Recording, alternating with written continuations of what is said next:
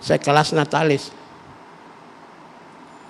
Anda boleh cek, orang tawarkan jabatan. Kalau saya mau ingin memiliki uang kekuasaan, ngapain saya kritik?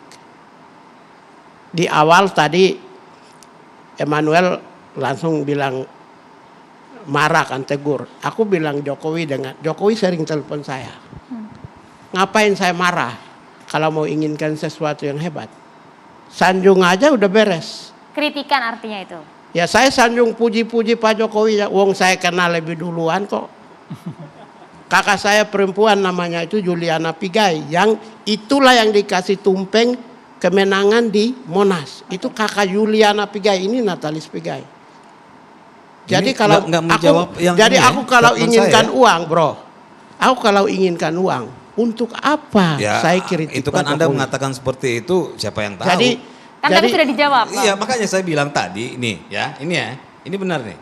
Pertama dia mengatakan orang Jawa Tengah itu perampok, membunuh, bla bla bla. Ya, dalam kesempatan itu ketika ditanya apa maksudnya, dia berubah lagi. Yang tadinya orang dituduh melakukan tindak pidana. Sekarang dia mengatakan sistemnya yang salah. Saya akan ajarkan Anda bagaimana sistem pemerintahan di sini, ya. Ketika untuk memilih kepala negara, ya. Di Undang-Undang Dasar 45 dan di Undang-Undang Pemilu. Kita kasih kesempatan Bang Pigai untuk tidak mempermasalahkan. Bang Teddy. Karena enggak, masalahnya penyataannya dia itu dari pertama dan kedua, itu kayak kedua malah menambah masalah seolah-olah ya. Sistem hukum di negara kita ini diskriminatif terhadap apa namanya? Kami jawab, Mas Suryo. Dan enggak, ini yang paling penting. Yang ketiga adalah Anda mencoba untuk supaya Anda seolah-olah terzolimi. Maka saya bilang tadi, bisa jadi nanti orang akan berpikiran bahwa Anda menciptakan tadi poin itu sudah disebutkan, Bang Teddy, Mas Roy Suryo. Jadi gini, kalau saya lihat ini kan ngejar tweetnya Bang Pigai ya. Saya tadi statement pada kesempatan pertama tadi, tweetnya Bang Pigai memang kritis-kritis itu artinya apa? Ada cerdasnya, ngeri-ngeri juga ada, sedapnya juga ada. Ya gitu. Karena apa? Karena memang ini kalau makanya saya bilang tadi, kenapa silahkan dituntut ya. Nuntutnya juga akan agak susah.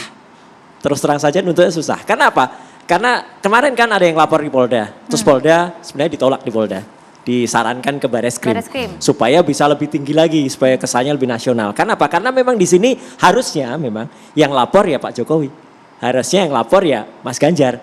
Nah dari pernyataannya Bang Pigai ini, beliau mengaku kenal dengan Pak Jokowi, kenal dengan Mas Ganjar dekat, nggak mungkin lapor kan? Gitu. Nah jadi agak susah ini. Tapi poinnya gini, saya juga setuju tadi yang statementnya Mbak Yeni ya, gitu bahwa kritiknya dari Bang Pigai ini ada benarnya juga. Yang soal merampok tadi kritiknya, tapi bukan Jokowi kan. Nah itu yang mungkin perlu diperbaiki atau mungkin itu yang perlu diperhalus lagi oleh yang bersangkutan. Tapi saya juga akan nambahkan soal yang tadi dikatakan Bang Terry soal hoax tadi ya. Disebut-sebut itu menurut saya orang siapapun yang bikin itu ya Bang ya, itu mengerti bahasa orang dalam, teman-teman PDI Perjuangan loh. Sebutan kera putih itu kan ada di dalam. Monyet hitam, saya Pigai monyet. Nah, kalau monyet hitam saya nggak tahu ya Bang. Tapi kera putih itu sebutan di dalam gitu loh. Untuk siapa itu? Nah itu artinya nih Bang Terry perlu nyelidiki itu. Siapa tahu ada orang-orang di dalam juga gitu. Oke. Ya udah. Saya kemudian ingin juga menanyakan satu hal yang mengganjal juga ini Bung Pigai. Banyak juga dipertanyakan oleh masyarakat mengenai statement Anda yang sempat memberikan ancaman lah akan melaporkan Gubernur Yogyakarta Sri Sultan Hamengkubuwono, kemudian juga Menteri Sosial Tri Risma hari ini, Menko Maritim dan Investasi Luhut Binsar Panjaitan, bahkan hingga mantan Bin Jenderal Purnawirawan Hendro Priyono. Pernyataan Anda mengenai hal ini? Ya itu kan mangke nanti.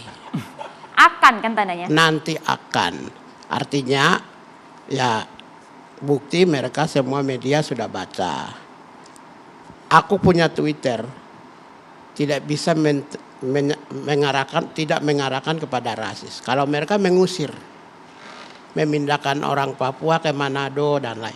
Tetapi kita tidak usahlah, udah abaikan aja. Tapi saya menekankan, kita ingin melihat sebuah proses peradilan yang jujur dan adil dan edukatif.